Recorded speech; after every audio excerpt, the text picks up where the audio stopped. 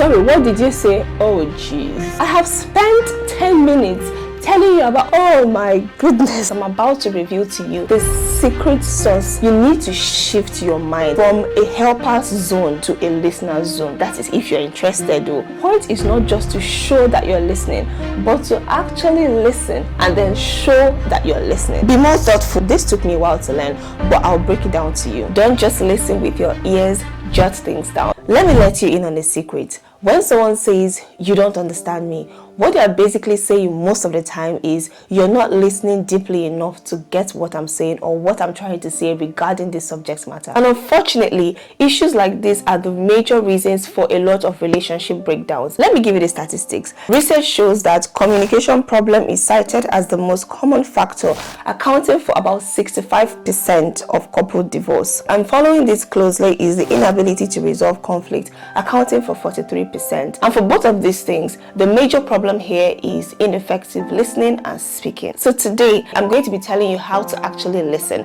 not with your ears, but also with your presence, with your attention, with your curiosity. So while you're watching this video, don't just listen with your ears, jot things down, because I'm about to reveal to you the secret sauce to being a good listener. First of all, let's get this out of the way. This is the most basic thing you need to do when someone is speaking to you. Eliminate or at least minimize distractions. It could be reducing the volume of the TV or music or whatever thing you're listening at that time.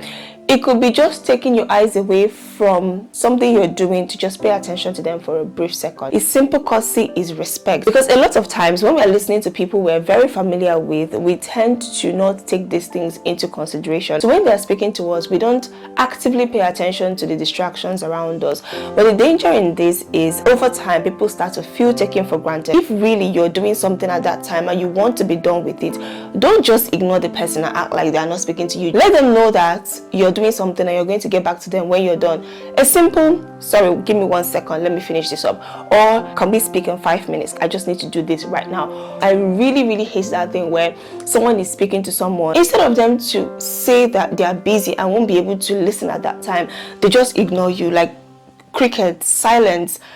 Like, who is speaking? Who is there? I find it very rude, because except it's something really obvious, I might not know the gravity of what you're doing. I might not know that what you're currently doing is time sensitive. So the onus is on you to let me know that, oh, I will speak to you in a few minutes. Let me finish what I'm doing. The second thing you need to pay attention to is your body language. Someone should not be talking to you and you're just sitting down there like a statue. You need to show that you're getting it. You have to show them that the person they are speaking to is really interested in what they have to say. That is if you're interested though. Be relaxed, especially if you've got time on your hand. Breathe. Be patient and give this person time to actually express themselves. Give subtle nods, you maintain eye contact, you say things like, yeah, I get it. Basically show that I'm really into what you're saying. But hey, be careful about showing that you're listening when you're actually not listening. The point of this is not to show, is to actually listen. I remember one funny thing that happened when I was in uni. There was this lecturer that showed up impromptu. It was one of those afternoon classes nobody planned for, but he just showed up, and we obviously need to attend because we need attendance score.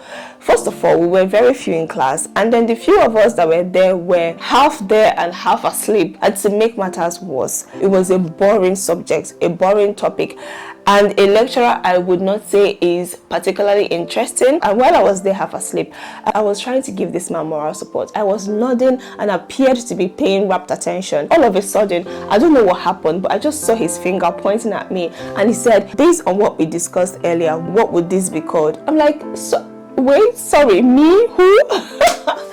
It couldn't have been me, right? But I saw how deflated he felt when someone he thought was listening was actually not listening.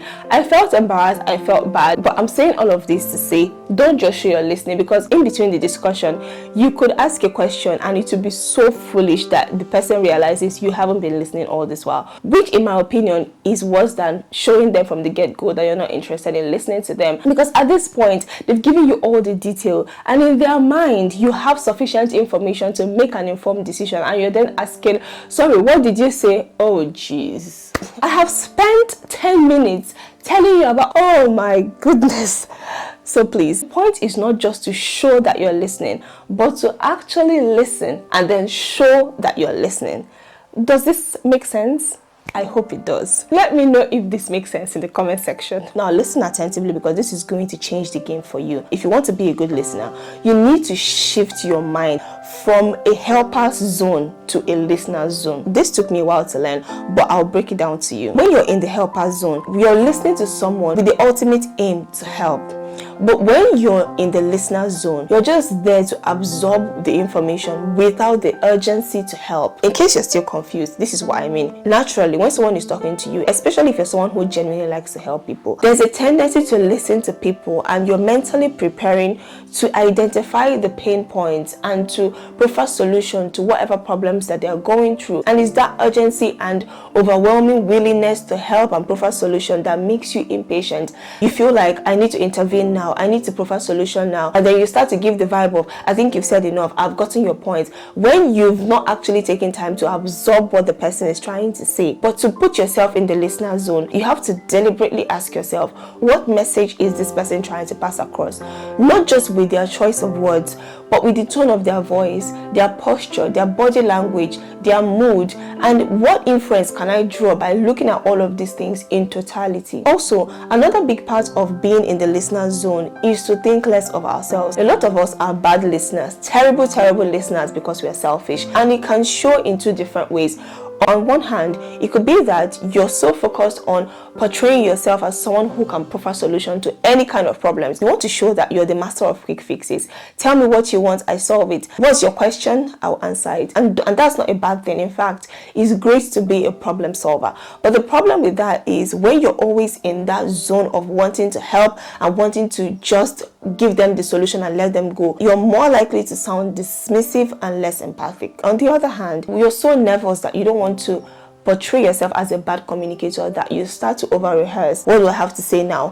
What response do I give to this? And in that moment where you're over consumed by what you want to say or what you hope to say or the perfect responses, you miss out on actually listening and paying attention to what this person is trying to pass across. The reason this is really crucial is because not everyone who is speaking to you actually wants help. Some people want validation. Some people just want to be heard and be understood. But if you're always in the helper zone, you will minimize certain information and you will not give the appropriate responses. And even worse, you will provide the help that they didn't even need in the first place. Please let me know in the comment section if I'm making sense and you're getting what I'm saying. And if you're really getting what I'm saying, tap the like button, because this is what tells the algorithm that this video is really valuable and should get to more people. Another important thing you need to practice doing when you're listening to people, if you want them to feel heard, is to name the emotion. It's a really small thing, but it makes a huge difference in how people feel after they are done speaking to you. When people are speaking to you about something, there is always an emotion behind that thing. It takes a deep level of attention